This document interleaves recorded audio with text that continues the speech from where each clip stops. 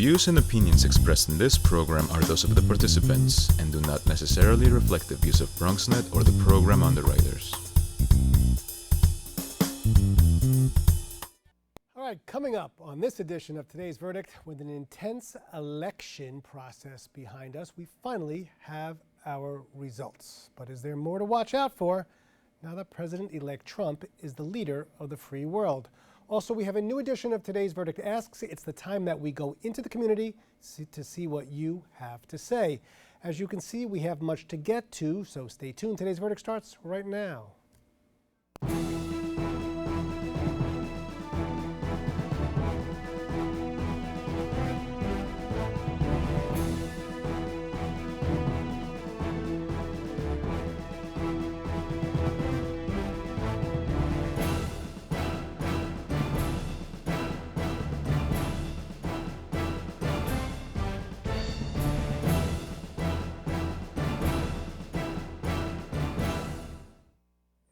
Hello, and welcome to Today's Verdict, the live and interactive show that gives you your legal rights and options. I'm your host and trial attorney, David Lesh. Well, Today's Verdict is always encouraging you to stay connected. Make sure to tweet us at Today's Verdict and hashtag Ask Today's Verdict if you have a question. Also, make sure to like us and follow us on Facebook at Today's Verdict, and check us out at BronxNet.tv/BronxLegal. And last but certainly not least, don't forget to tweet me at David Lesh. Well, the election is finally over, but with the results comes a brand new era with brand new issues. That being said, we at Today's Verdict thought it appropriate to bring back our election specialist, assistant editor from Above the Law, Catherine Rubino. Catherine, thanks for coming back. David, how are you? This is our first show since the election. Okay. Are you as surprised as I am? I'm as surprised as every pollster, I think, out there. It was very much a surprising election. I think that a lot of the closer races all fell in the same direction. You know, I think he's just as surprised as we are as well. It does appear that way. The transition has been less than smooth. Well, before the election, he took many a position on a variety of topics. And I thought it best, now that you're back, and we had discussed, the election before the actual polling, but now that we know the results, I want to go back to some of the issues that he had campaigned on, and maybe we can talk about whether we think he is actually going to fulfill a promise on a particular issue. Sure, we can certainly discuss the issues, although I'm not sure he knows exactly how he's going to come out on some of these issues. Let's hope that he gives us some type of path as to what he'd like to do. And Absolutely. I think the first one I'd like to discuss is the one where it seems to be the most controversial, and that seems to be immigration. Sure. Before the election, he took a variety of positions. First, he said that he was going to deport everybody who was illegal. Then he said he was going to build a wall. And have Mexico pay for it. And then he finally said, well, we're going to build a wall, maybe not have somebody pay for it, and maybe let the good people go out, the bad people go, but we'll bring the good people back in. What is he, in your opinion, going to do? I think that he's really had to walk back from some of his rhetoric in the campaign because, as you mentioned at the top of the show, I think he was a little bit surprised by the results. The day after the election, one of his surrogates was on television saying that really, in his opinion, the wall was more metaphorical than actual physical brick and mortar. And I don't think that Donald Trump thinks that. I think that he really believes he wants there to be a wall. But there's a lot more nuance to getting it done. There's a lot of bureaucracy involved. It's a lot of logistics. And I'm not sure that he actually has a mechanism in plan or in his mind that will actually let there be a wall. He seems to structure in there the birthright and the right. If you're born in this country, you're automatically a citizen. That's per the 14th Amendment. Sure. And either he wants to repeal it or he certainly makes it seem like he wants to repeal the 14th Amendment as it applies to birthright citizenship. But yet he said, maybe he'll allow it if one of the parents is legal and another parent is illegal. I mean, where's the line? So he really doesn't give us any clear understanding as how he really feels about that. I don't think that he has a clear line, and I think that as he has different interviews and different sound bites, you get a slightly different view depending on who he's talking to. I think that, I think the notion that, well, maybe it's okay, birthright citizenship is okay if one parent is already legal. I think he's trying to define in his head this image of American citizenship and what it means, and I think he's defining it as he's speaking, and that's why it's so hard for the pundits to try to figure out what he means. But I do think it's a very scary notion for proponents of the 14th Amendment, which should be most of us. It is part of our Constitution at this point, and I think that it is really scary the way he tries to redefine a fundamental concept that's key to America. And staying with the immigration theme, he campaigned on a platform of preventing Muslims from coming into the country. He did. Can or do you think he's still going to fulfill that promise? I think that that's one of the campaign promises he's most likely to really dig down on. Besides, he's talked about maybe letting some Muslims in, but doing extreme vetting. He's kind of talked a little bit more about that, what it would entail. Some of the people that he's floated for various cabinet positions have suggested a Muslim registry. Anybody who comes into this country from one of the countries that might be associated either with terrorism or with Muslim extremism would have to be put on some sort of registry and forced to do check-ins and other stuff like that. I think that there is definitely going to be a larger burden put on Muslims who want to come to this country. I know he's backed off on Muslims who are serving in our military. He's going to allow them to come back from military leave, obviously. And I know he's also said, well, if somebody's a friend of somebody, a Muslim who's a friend of somebody, in the United States who's legal. But again, that's a very tough position to take. It is a tough position, and again, the actual definition of what he means by extreme vetting is very much up for debate. I'm not sure that under oath, Mr. Trump would even know what he himself was talking about. I think that there's a lot of components to it. I think that the ability to have somebody who is a citizen vouch for you seems like something Donald Trump responds well to, or if you've made some other sort of affirmative action like being in the military that sort of demonstrates your loyalty to this country. But again, I don't think that there's any clear plan or path forward for exactly what will happen, but it is very clear, regardless of the nuances or the specific steps, that there will be a greater burden placed on people who want to come to this country. I'm curious to hear your thoughts on the H-1 visas, the visas that allow skilled workers to come into this country.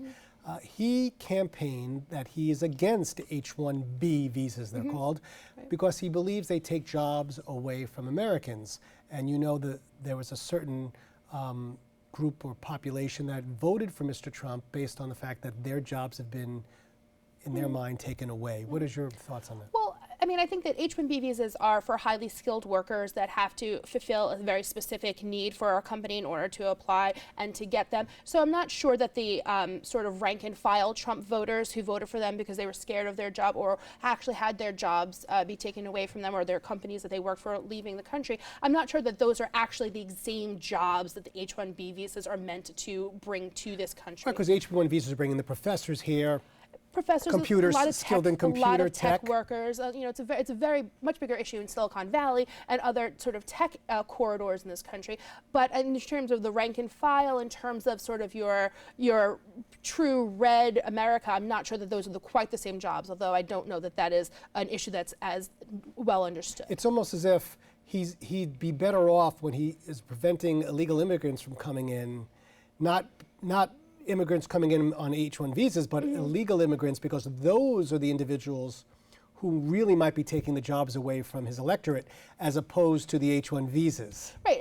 I think there's definitely a difference between, people who come over who have a set of skills. A lot of nurses come on H-1B visas. A lot of things you can't just plug an unemployed person into that job. There needs to be training, which there's no clear program that Trump has made that would allow people to become trained to qualify for the types of jobs that H-1B visas then fill in. So it's unclear that he has a plan for how or what kinds of jobs he wants to bring back to America, just that he wants jobs. What about refugees? Certainly Syrian refugees or, individuals from other countries who need a safe haven immediately. He's not a proponent. He is not, and I don't think that's something that's really changed very much or something that we can really look forward to changing in the near future. He seems very opposed to Syrian refugees. I think that it would be a very difficult road for someone from Syria to get refuge here. All right, let's move a little bit away from immigration before we take a break. I want to talk a little about guns. At first I thought he was going to take the position, as most New Yorkers do, that we're anti-gun, we're for gun control. Sure. It doesn't seem that he really campaigned that way Your thoughts? Yeah, he's got a very high rating from the NRA. They've certainly supported his campaign.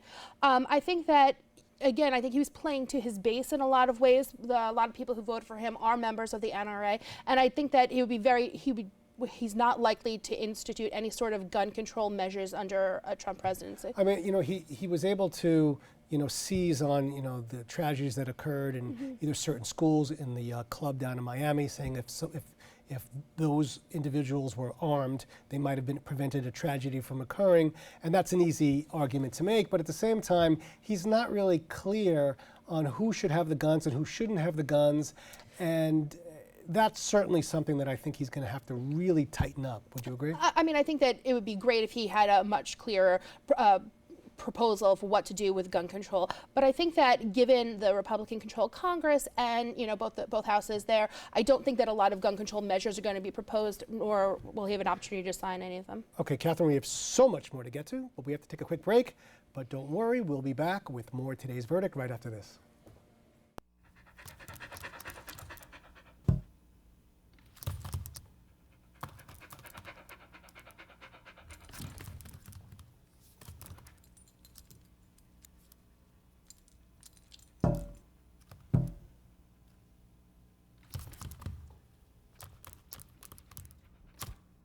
There's a shelter pet who wants to meet you.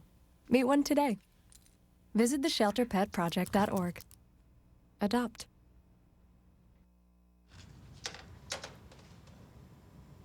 Wow, these are really good. You act surprised.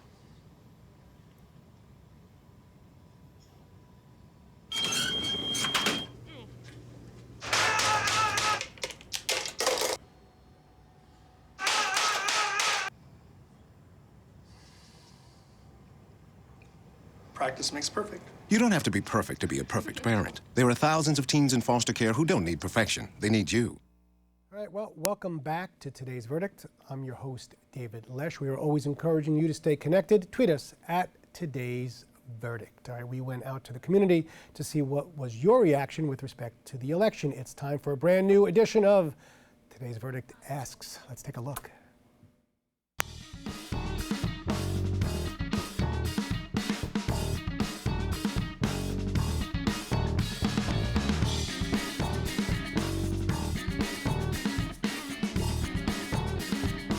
So my reaction, I was surprised due to the fact that his views were very too conservative, in my opinion, and many people's opinions, to be honest. And not only that, but most of the things that he stands for doesn't do any good for a large group of people, that the same group of people that help the United States, economically, jobs, the workforce.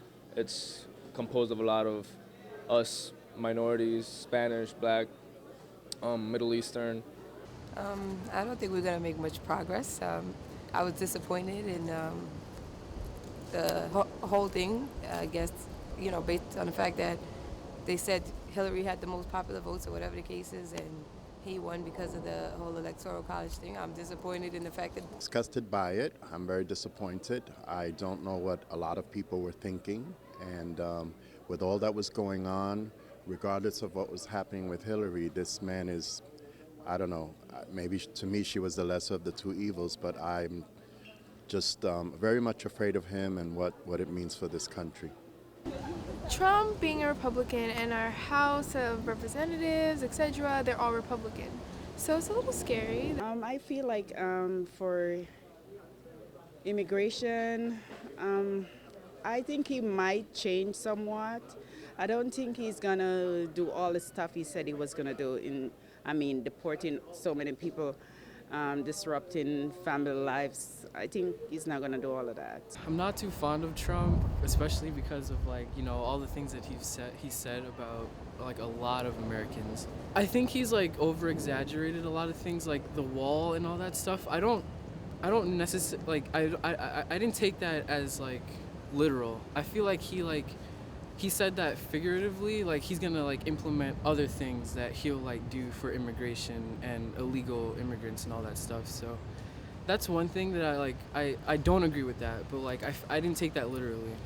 He has a lot of things that he said that has brought like a lot of hate to a lot of Americans, and I don't believe in any of it. So whatever he's said so far, I'm not fond of it. I think it's gonna be fun. Not that bad. Some people are overreacting, but I think it's some things there only time can tell. But yeah, I'm a little bit scared too.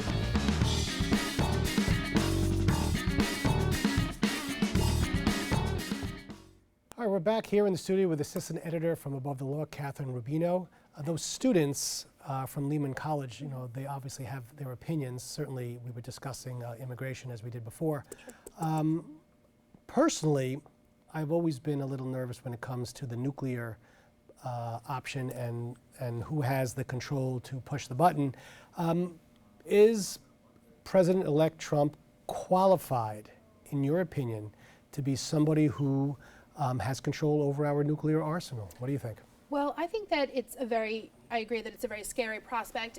During the campaign, a rumor was circulated that when discussing security briefings, Trump asked, if we have nuclear weapons, why don't we use them? I think that is a very scary proposition for a lot of Americans, particularly older Americans who grew up during a time during the Cold War when the threat of nuclear war seemed much more present. And I think that as younger generations, Generation X, the new millennials, we haven't really confronted that on a day-to-day basis. And I'm nervous that this is something that we are really going to have to confront. You know, I know he was asked whether he would strike first. At first he said he would, and then he said he doesn't know, or he's going to wait to see, which is really the better answer, because when you leave everybody off guard, you don't know, but none of the other countries really know what we're going to do, so they don't know whether they would necessarily attack us or not attack us. I don't know what he would do in the event of a possible attack. Would he wait? Would he attack first? I'm not quite sure.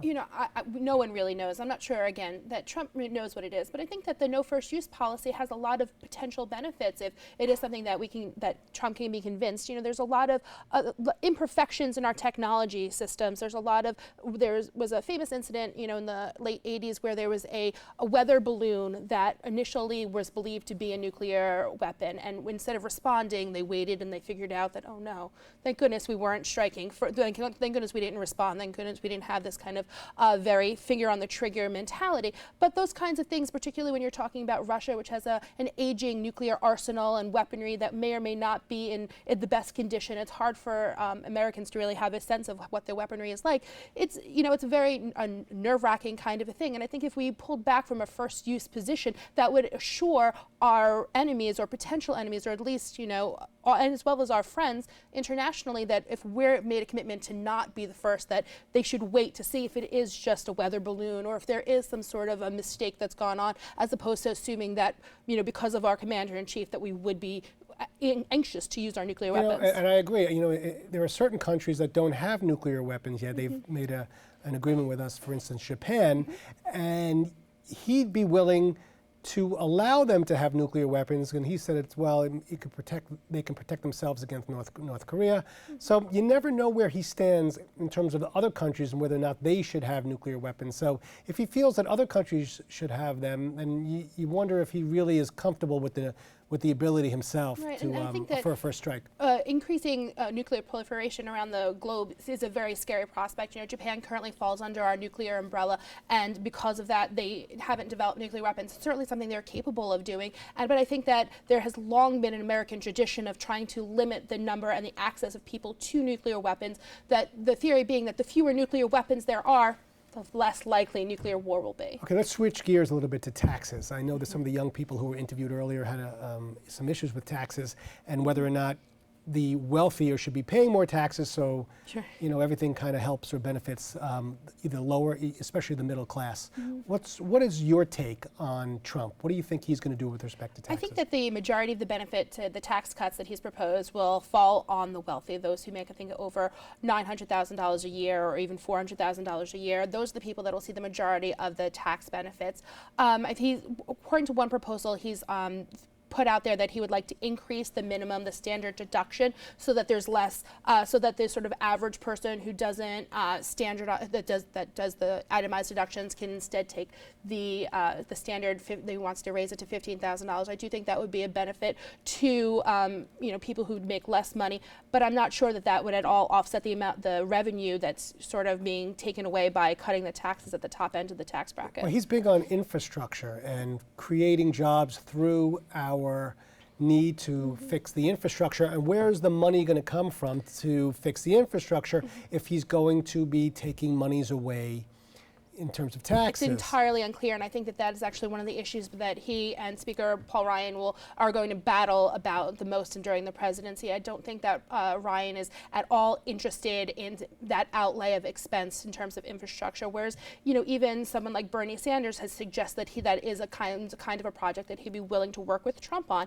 And I think that that really shows the way that Donald Trump is not a traditional conservative, not a traditional Republican, and that's why he's going to have fights, I think, on both sides of the aisle. Well, Bernie Sanders was big on raising the minimum wage, yet Trump was very much against it and then backpedaled and said maybe he'd raise it to 10 or whatever it is. Right. Well, what do you think? Do you think he is going to raise the minimum wage? Because big businesses who are really for Trump, they are the ones who are the biggest opponents to the increase in minimum wage. There's a lot of opposition to minimum wage, but there's also very much momentum around the country to increasing the minimum wage. More and more states have increased local minimum wages to $12 or $15, and I don't think that Trump will ever support a $15 minimum wage, but I do think that it's possible, and it would help his true base, the real lower income Americans that are really struggling, if he were to agree to raise the minimum wage to something modest. I don't think $10 is at all something that is going to solve any problems, but I do think it's a modest proposal. What was Bernie Sanders looking for? 15. Yeah. All right, well, that's quite a difference, yes. $10 to $15 yes. minimum wage.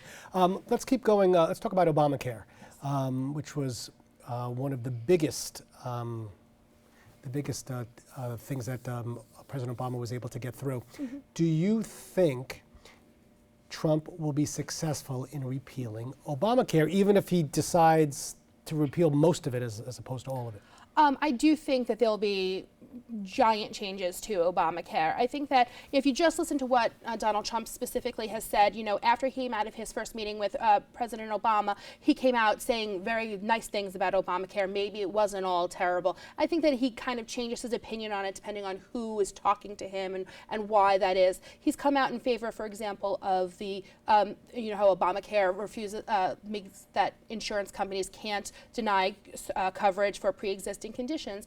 Because of various stories that I think have been very compelling, Trump has said he is in favor of that, but not in favor of other aspects of it. But I think that his his picks on the cabinet have been very opposed to Obamacare, and I think it would be a surprise to say that if nothing changed. Well, the truth of the matter is parts of Obamacare are certainly working. That part for children who have coverage, and again, if you have a pre-existing condition, and they say it's going to be very difficult to repeal, to only keep parts of the act together as opposed to destroying it all. So I'm not quite sure how he's even going to do that.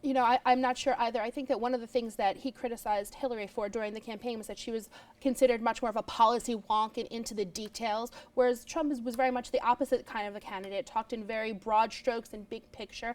And I'm not sure that as now we're seeing him transition into actually being the leader, I'm not sure that he has that transition plan and those details worked out for himself. All right, let's talk a little bit about Iraq and areas in the world that some believe we shouldn't have been there to begin with. What's his position?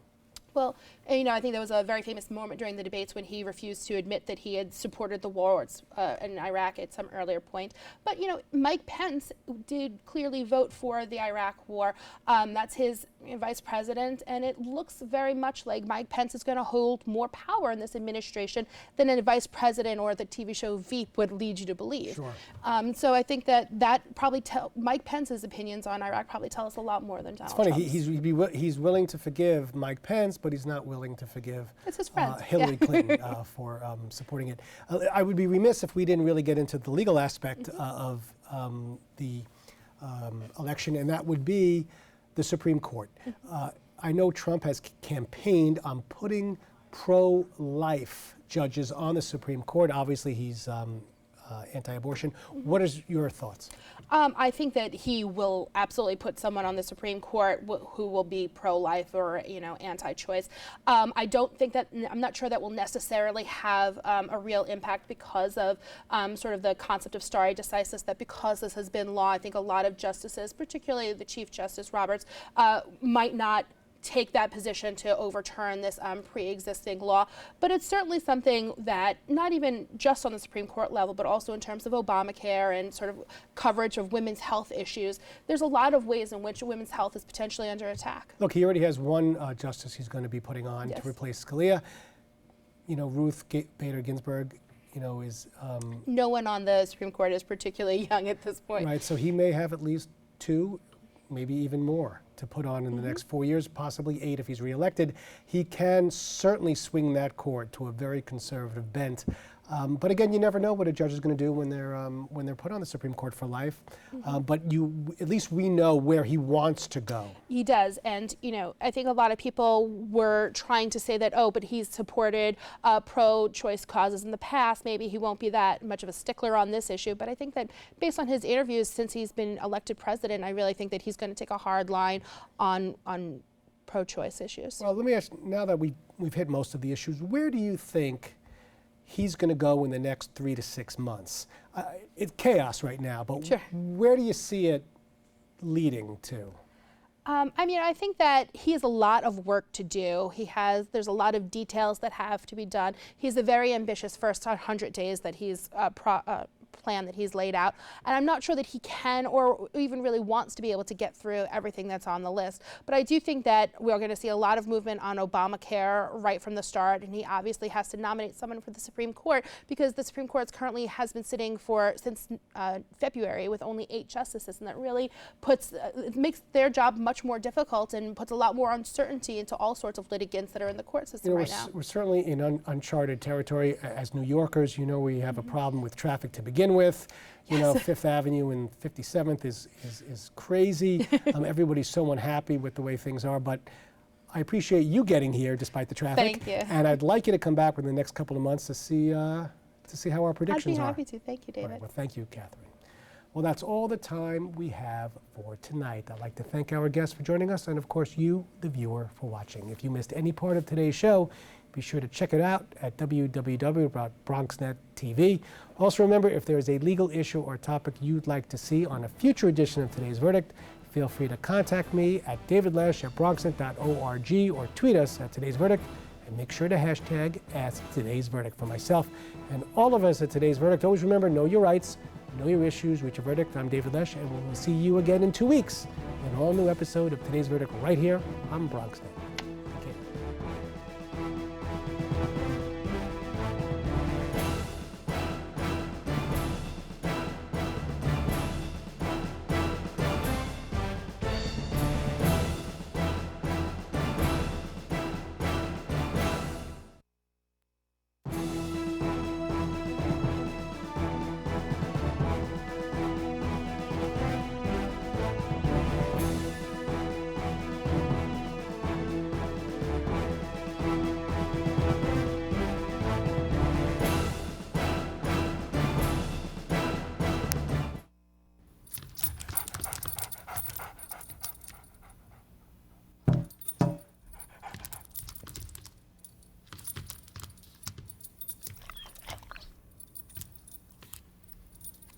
There's a shelter pet who wants to meet you.